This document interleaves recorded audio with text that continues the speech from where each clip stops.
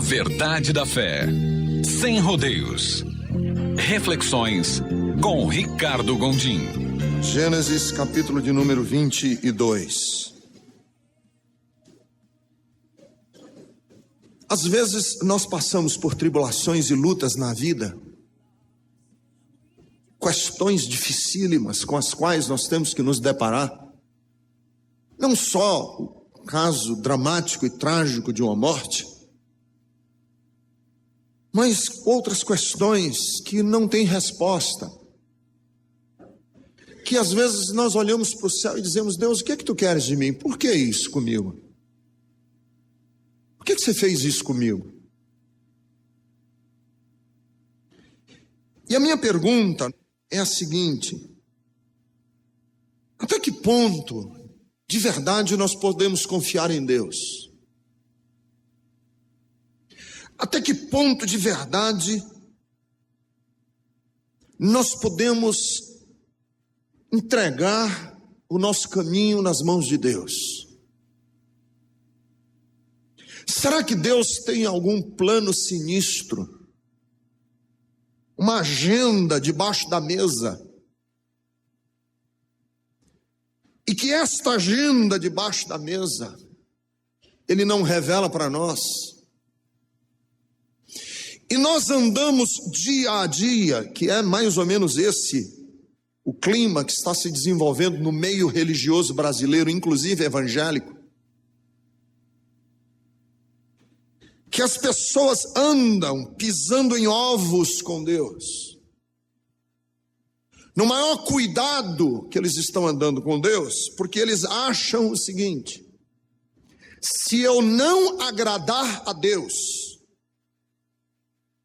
se eu não andar direitinho na linha, Ele puxa esse plano secreto que Ele tem, essa agenda que Ele tem escondida, e joga em cima da gente. Até que ponto eu posso confiar o meu futuro nas mãos de Deus? Essa é uma pergunta que você tem que responder. Até que ponto você pode verdadeiramente confiar que daqui a 3 ou 4 meses Deus não puxa uma agenda que Ele tem escondida e joga na sua cara? Até que ponto nós precisamos desenvolver uma religião cujo único objetivo é aplacar a ira de um Deus que está sempre pronto a nos castigar lá do céu? Até que ponto é isso? Até que ponto a religião é isso?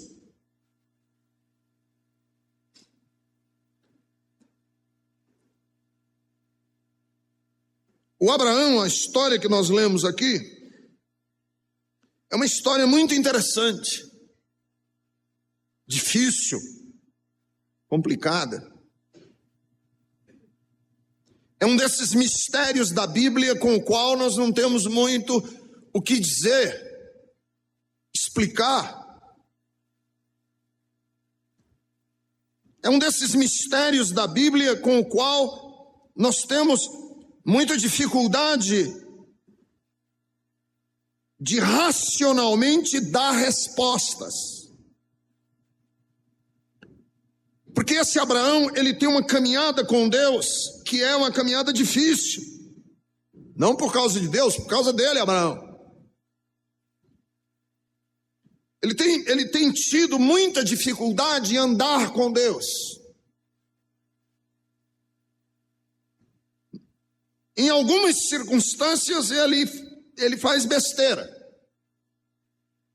Quando ele era para sair do meio da sua parentela, era para ter saído só. Mas ele levou Ló e toda a família com ele.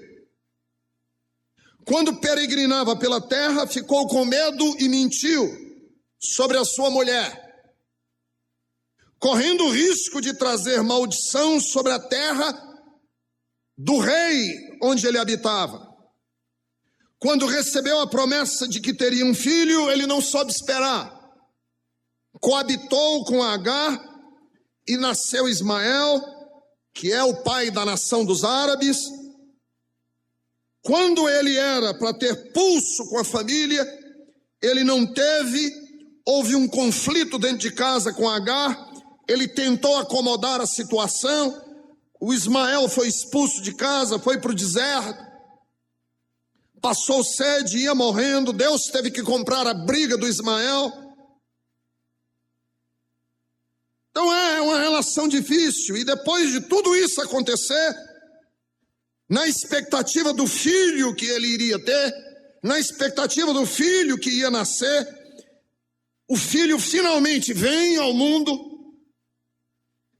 ele já é um ancião, já é um velho de 100 anos de idade, sua mulher já é uma mulher que já passou da menopausa muitos anos. Quando está nesse clima, Deus põe ele à prova e diz: Abraão, pega o teu filho, o único filho que você tem, o Isaque, e vá para a região do Monte Moriá. Inclusive, só a título de curiosidade bíblica, esse Monte Moriá é onde hoje está aquela mesquita importantíssima do mundo árabe, no centro de Jerusalém, com aquela cúpula dourada, que é o centro da controvérsia entre judeus e árabes. Exatamente ali naquele monte, que fica hoje numa região central de Jerusalém, bem próximo do Muro das Lamentações. Vá até aquele monte, sacrifique-o como holocausto. Eu quero que você mate o seu filho num dos montes que eu vou lhe indicar.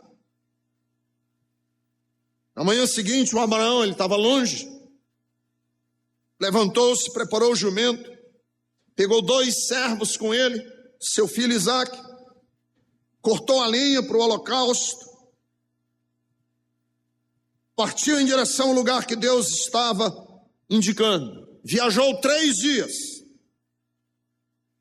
No 3º dia de viagem, ele viu o lugar ao longe.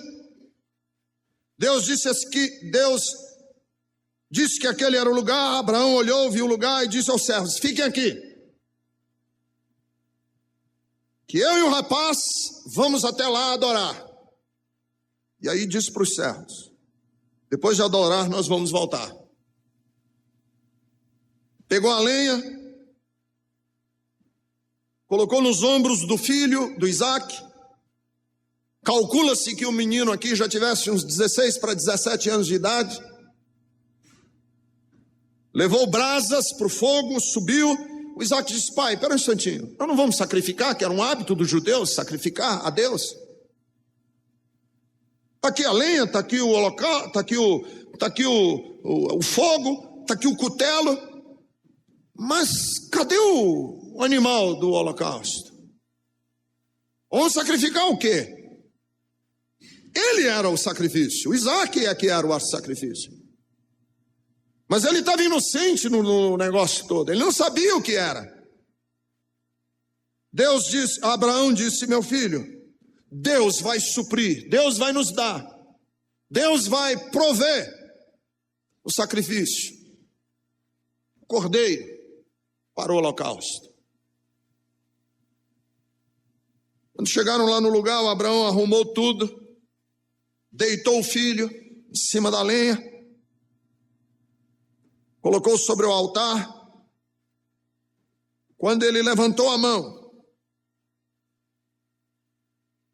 para sacrificar o filho, ele ouviu uma voz de Deus dizendo: Abraão, para.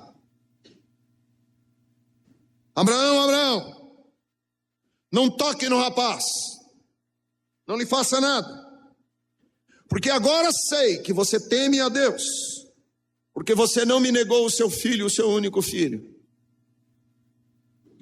Quando Abraão ergueu os olhos, ele viu do lado, estava um carneiro preso pelos chifres num arbusto.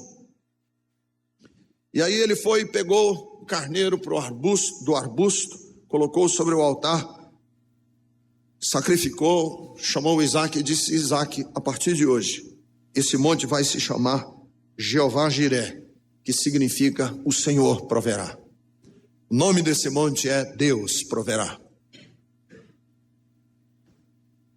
Até que ponto nós podemos confiar em Deus? Talvez você também tenha já atravessado momentos que precise responder essa pergunta. Quais são algumas lições que nós podemos aprender desta lição, deste evento? Primeiro, Deus levou Abraão a este ponto para que Abraão soubesse responder se Deus é amigo de verdade.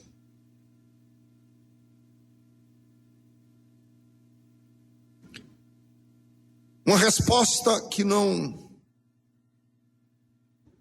é aprendida em livros. Uma resposta que ninguém tem a partir de experiências de outros. Você tem que responder para você mesmo. Até que ponto Deus é amigo de verdade? Vejam, o filho que ele tinha era um presente de Deus. O filho que ele tinha, Isaac, chamava-se Riso. E a pergunta que o Abraão tinha que responder para ele mesmo é o seguinte: será que Deus que deu tem o direito de tirar? A resposta no coração do Abraão é a seguinte: que espécie de amigo é esse que passa batido aquilo que ele próprio prometeu? Que espécie de Deus é este que passa anos e anos e anos e anos prometendo que eu vou ter um filho, e depois que dá, ele toma de volta? Que Deus é esse que eu estou servindo?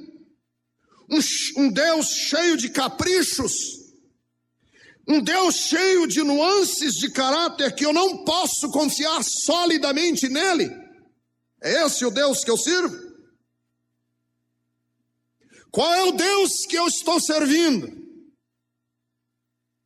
E esta resposta o Abraão teve que responder no coração dele. Que espécie de amigo é esse que dá e depois pede de volta? Qual é e que espécie de amigo é esse que dá e sem explicações retira o que acabou de dar? E nem pede licença para tirar o que ele acabou de dar?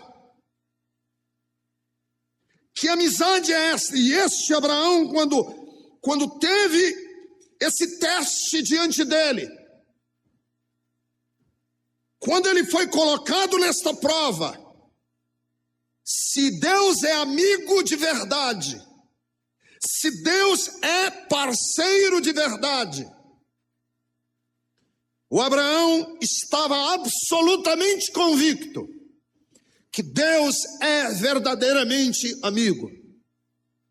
Mesmo quando circunstâncias parecem inexplicáveis, mesmo quando parece que nós estamos sendo roubados daquilo que acabamos de receber de Deus, ele confiou no caráter de Deus,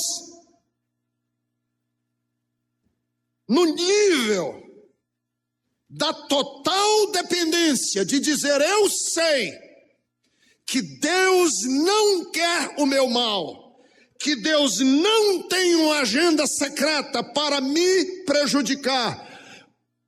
Tanto que quando o Isaac perguntou para ele, disse: pai, cadê o holocausto? Cadê o animal para o holocausto? E com convicção no coração, ele disse: meu filho, Deus proverá. E Deus proveu. Deus deu, Deus esteve presente. E o que eu estou dizendo para você é o seguinte: se você já perdeu, se você já se sentiu tomado de alguma coisa que você tinha e que você disse ninguém tinha o direito de tomar aquilo que eu tinha e era meu, eu quero que você saiba que o Deus da Bíblia não é o Deus que toma, não é o Deus que rouba, não é o Deus que subtrai de ninguém. E se você perdeu, o que eu quero dizer é que a sua perda também foi perda de Deus.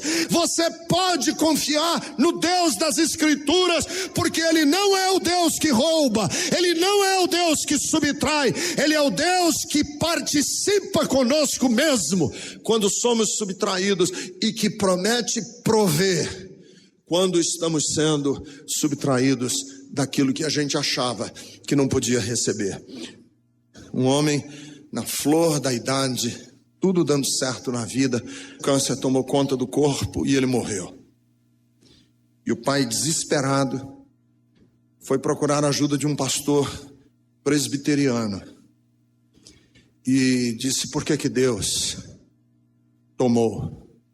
Por que Deus tirou? Foi sábio. O pastor disse assim: por que é que nós sempre nos concentramos nas perdas? Por que nós não nos concentramos também nas dádivas? Ao invés de você ficar chorando por ter perdido um filho com 44, por que não celebra tê-lo ganhado de Deus por 44 anos de convivência e de vida? Ao invés de você lamentar de ter perdido, saiba celebrar o que você ganhou, porque afinal de contas foram 44 anos de ganho, de grandes alegrias. E essas perdas que nós temos na vida, elas não são necessariamente roubos, elas não são necessariamente ações malévolas de um Deus manhoso que precisa ser agradado para Ele não fazer isso com a gente. Essas perdas fazem parte do viver. E a promessa das Escrituras é que quando nós passamos por essas perdas, Deus está presente conosco nesses momentos. Meu filho, Deus proverá. Deus vai estar presente. Na hora da maior perda, eu posso saber de uma coisa: a graça de Deus, a presença do Espírito e o poder capacitador de Deus para que eu não desista, vai comigo nessas horas mais difíceis. Segunda coisa que eu acho muito interessante nesse texto é que nessa hora em que o Abraão está passando por essa tribulação e por essa luta de ter que entregar o seu filho a Deus, ele diz para os servos dele, no versículo de número 5, não sei se vocês prestaram atenção: fiquem aqui com o jumento enquanto eu e o rapaz vamos até lá. Depois de adorarmos, o que ele diz? Nós vamos voltar. Nós voltaremos. Depois que a gente adorar, nós vamos voltar. Mas lá na frente na Bíblia, está escrito que ele tinha confiança e fé que até das cinzas Deus poderia levantar Isaque. E eu acredito que essa experiência do Abraão com o Isaque aqui tem a ver, muito a ver, com o que aconteceu com Abraão no caso de Sodoma e de Gomorra. Que no caso de Sodoma e Gomorra, o Abraão teve uma experiência de negociar com Deus, lembram? Teve uma experiência de negociar com Deus. E a negociação do Abraão com Deus foi assim: se houver em Sodoma e em Gomorra 50 justos, o Senhor poupa a cidade com os 50 justos? Deus disse: poupa.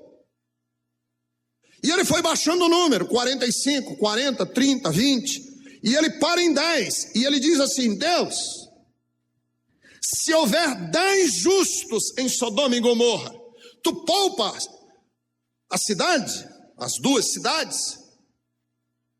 E Deus disse: eu poupo, pelos 10 justos, e por amor aos 10 justos eu vou poupar Sodoma e Gomorra. E eu acredito que quando Abraão diz para os servos dele: nós vamos subir no monte, vamos adorar a Deus, e a gente volta, eu acredito que o Abraão tinha uma certeza no coração dele, o seguinte: não, a causa pode estar perdida, o Isaac morrer, mas nunca se fecharão as portas com Deus. Causa pode estar perdida, o Isaac morrer, mas a abertura de Deus para eu negociar com ele nunca vai terminar. Quer dizer, um Deus que se disponibiliza a negociar conosco, de dizer o seguinte: vamos trabalhar essa coisa juntos. Ele sabia de uma coisa, que portas não se fecham com Deus. Eu posso dizer: Deus, nessa situação, neste impasse, nesta hora, eu posso confiar que tu não fechas a porta para mim? Porque ele não fechou a porta em Sodoma e Gomorra, e o Abraão tinha certeza que não fecharia as portas em relação a Isaac. E Deus não fecha as portas para a nossa oração. Ele tinha essa certeza. E a certeza dele era tão grande que ele sabia o seguinte: que mesmo que o Isaac morra, eu ainda posso orar e pedir a Deus, e Deus ressuscitar o Isaac das cinzas. Porque não se fecham as portas com Deus. As portas com Deus nunca vão estar fechadas. Você diz assim: pastor, e no caso de alguém que morreu e que eu perdi, a porta não se fechou? Essa é a beleza do nosso relacionamento com Deus, que mesmo no desastre mais desastroso, que resultou em morte física, que não há retrocesso, nem assim as portas com Deus são fechadas, que Deus se propõe, mesmo nessas circunstâncias mais difíceis, operar de tal maneira, fazer de tal maneira, que mesmo da morte, ele possa trazer desdobramentos que sejam preciosos, valiosos, bonitos. Então o que eu quero dizer é o seguinte: você que passou por uma perda irreparável, Deus pode dessa perda fazer surgir vida. Deus pode, do que é morte, surgir verdade, do que é derrota, surgir triunfo. Deus pode fazer isso. A sua vida não está terminada porque você perdeu, não se encerrou o favor de Deus com a sua vida. Ele pode ressuscitar do Isaac seu que está morto, vida linda, vida bonita, e fazer com que sua vida seja bonita daqui para frente, e fazer com que você não perca a esperança, mesmo que você tenha perdido tudo.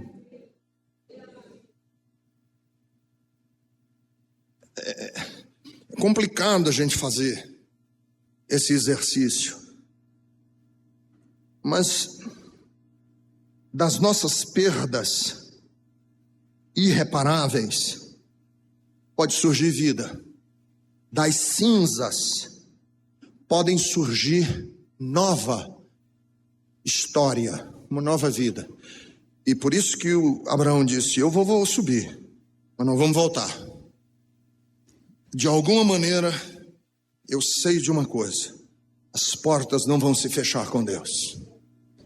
E eu sei disso no meu relacionamento com Deus, irmãos. E eu tenho aprendido isso no relacionamento que eu tenho tido com pessoas que perderam que passaram por profundas e irreparáveis perdas, casamentos que foram desfeitos irremediavelmente, negócios que faliram irremediavelmente,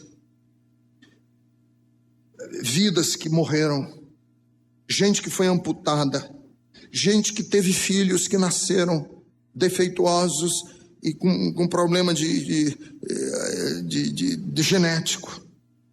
Mesmo dessa situação irreparável, não existe uma agenda secreta de Deus para nos punir e nos amaldiçoar. Pelo contrário, Deus se propõe a pegar disso que foi perda e morte e em cima disso construir coisas bonitas. Não é promessa irresponsável, é promessa consciente de que com Deus as nossas portas nunca estão fechadas. Deus está aberto para o diálogo conosco. E o diálogo com Deus é sempre construtivo. Abraão falou, eu já tenho experiência, eu negociei com Deus de 50 até 10, e Deus teve essa latitude de conversar comigo. Eu terei latitude de conversar quando o meu Isaac tiver morrido. Eu terei essa atitude com Deus, eu terei essa latitude de saber que Deus não me desamparará. E o terceiro ponto aqui que eu queria falar é que até que ponto eu posso arriscar minha vida nas mãos de Deus. E quem lida muito com essa questão é um filósofo dinamarquês chamado Kierkegaard, que é na verdade o pai do existencialismo. E o Søren Kierkegaard trabalhou muito esse texto sobre que voz foi essa que o Abraão ouviu. Da onde que Abraão ouviu isso? Que o Kierkegaard fala sobre esse relacionamento íntimo com Deus, dessa fé viva, que nós ouvimos coisas que ninguém mais ouve, e quando eu ouço, eu não sei explicar como foi que eu ouvi e que voz foi essa que eu ouvi. Porque o Abraão, e não existia em nenhum anais da história judaica ninguém oferecendo seus filhos em sacrifício. Aliás, essa era uma prática das religiões idólatras. Judeu não sacrificava filho, não tinha isso. E aí o Abraão vem com uma ideia que se alguém, eu tenho certeza que a Sara perguntaria a ele, Abraão, de onde você tirou isso? Sobe o monte e sacrifica o teu filho, o teu único filho. Da onde você tirou isso? Porque se o Abraão tiver ouvido essa voz, e ele estiver errado, se o que ele disse que eu ouvi, e ele errar, ele vai cometer não uma bobagem, ele vai cometer um crime hediondo, porque ele vai fazer uma coisa em nome de Deus que Deus não falou para ele fazer, ele só imaginou. E se foi um delírio, quando ele disse sobe o monte, se isso foi um delírio, quando ele disse oferece-me o teu filho, o teu único filho, se isso foi uma loucura da cabeça dele, de onde você tirou isso? Como é que você sabe que é voz de Deus? Como é que você sabe que isso não é bobagem? Essa não é uma pergunta simples, porque em cima dessa pergunta nós estamos apostando a nossa eternidade, eu estou apostando a minha eternidade. Como é que eu sei que a mensagem da Bíblia é a verdade? De onde você tirou isso? Prova para mim. Como é que você sabe que a Bíblia é a verdade e não é o shintoísmo ou hinduísmo? Como é que você sabe que a mensagem do Evangelho é uma mensagem eterna? Eu posso estar errado. E se eu estiver errado, eu estou cometendo uma loucura, porque eu estou apostando o meu destino eterno em cima de uma mensagem. Como é que você sabe que sabe? E aí o Kierkegaard diz que isso é uma questão de fé, e essa questão de fé tem a ver não com religião, tem a ver com intimidade de Deus, tem a ver com um relacionamento verdadeiro e genuíno com Deus, que aquele que é dele, de Deus, sabe que sabe, e não precisa de uma lei canônica, não precisa de um Vaticano, não precisa de um Papa, nem precisa de uma cúpula denominacional, não precisa de um guru, ele sabe que sabe, ao ler as Escrituras, ele sabe que é voz de Deus, e ele sabia tanto que era voz de Deus, que ele, quando disse para os seus servos, ele disse: nós vamos e Deus vai prover. Eu tenho certeza que Deus está nesse negócio, e quando Deus está no nosso negócio, quando Deus está conosco, nós andamos numa espécie de arrojo de vida, nós andamos numa intrepidez que quem não conhece nos acha arrogante, nariz empinado, nos acha besta, nos acha orgulhosos, mas não é orgulho, é uma certeza. Eu sei que o meu Redentor vive, e mesmo na posição de morte, mesmo numa circunstância desesperadora, eu não estou abatido, porque eu sei que por fim ele se levantará, e por fim ele governará sobre a terra. Eu sei que sei. Porque se o Abraão estivesse errado, quando ele foi subindo o monte com o filho, se ele está errado, Deus estaria, a partir daquele dia, inimigo do Abraão. E a pergunta que o Abraão tem que responder no coração dele é a seguinte: se eu estiver errado, será que Deus vai deixar que eu faça a maior besteira da minha vida? Será que Deus vai me deixar eu fazer a maior besteira da minha vida?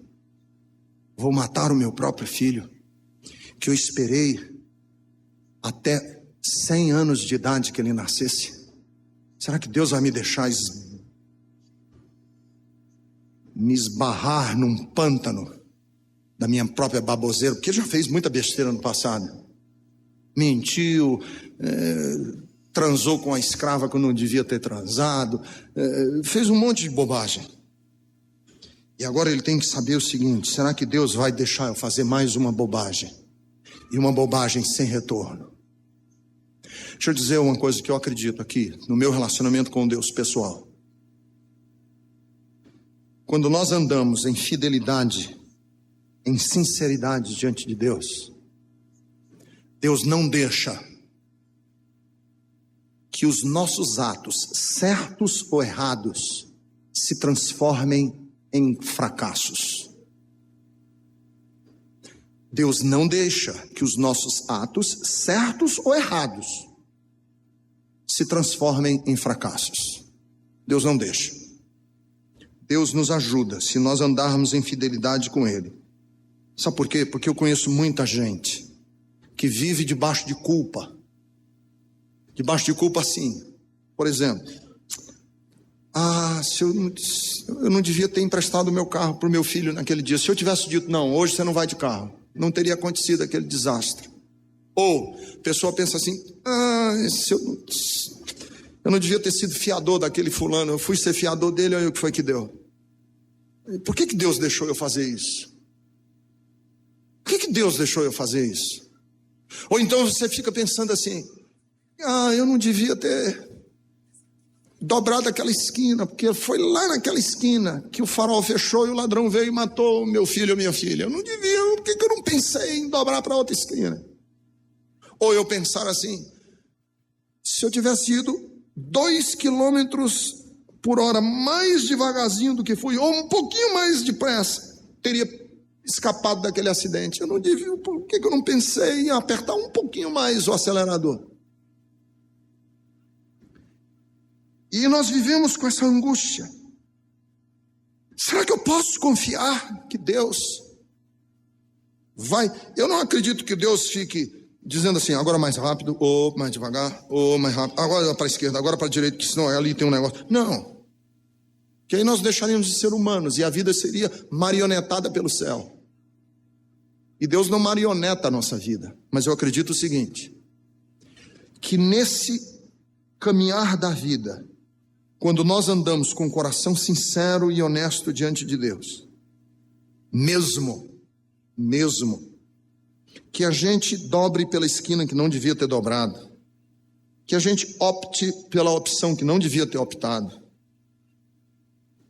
mesmo que a gente faça o que não devia ter feito, Deus não permite que esses erros da nossa vida sirvam para nos fracassar eternamente. Não. E o Abraão tinha certeza disso. Ele entregou completamente o caminhar dele nas mãos de Deus, dizendo o seguinte: nós vamos subir o monte. E não importa se vai dar certo ou errado, Deus vai prover, Deus vai estar no controle, não importa. Eu quero dizer para você, mulher, eu quero dizer para você, jovem, não tenha medo de viver a aventura que se chama vida, com medo da próxima esquina, com medo da próxima ação. Vamos em frente, porque de um jeito ou de outro, a Bíblia Sagrada tem uma promessa, Romanos 8:28, todas as coisas cooperam para o bem daqueles que amam a Deus e são chamados segundo o seu propósito.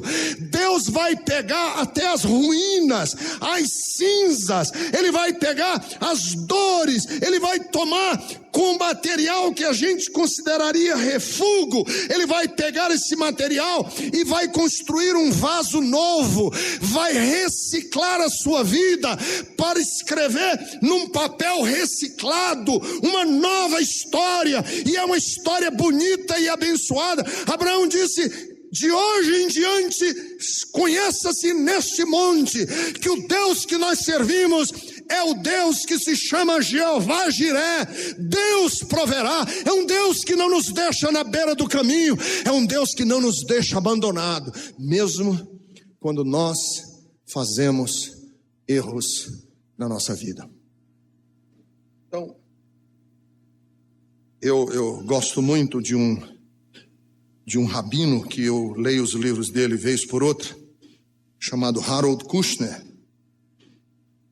E ele tem um livro muito interessante, que tem uma frase no livro dele que diz assim: acredito que a mensagem fundamental da religião não é a de que somos pecadores, porque não somos perfeitos, mas a de que o desafio de ser humano é tão complexo que Deus não perde tempo esperando de nós a perfeição. A religião vem para purificar-nos do nosso sentimento de desvalia e para assegurar-nos de que quando tentamos ser bons e não conseguimos ser tão bons quanto desejávamos ser, nós nunca perdemos o amor de Deus. Se você diz assim: eu fracassei, pastor, pensei que era uma coisa e não era, você nunca, por causa disso, vai perder o amor de Deus. E sentir-se perdoado é sentir-se livre para pisar no futuro sem estar contaminado pelos enganos do passado, encorajado pelo conhecimento de que é possível crescer e mudar. Não é necessário ficar chorando, lamentando as desgraças, as desventuras, os erros e os pecados que cometemos no passado. O Deus da Bíblia é o Deus que pega como matéria-prima até mesmo os nossos pecados, uma vez arrependidos e colocados ao pé da cruz. Deus pega essa matéria-prima podre, que foi podre, e dela Ele consegue fazer um vaso novo. E é isso que Deus quer fazer com você.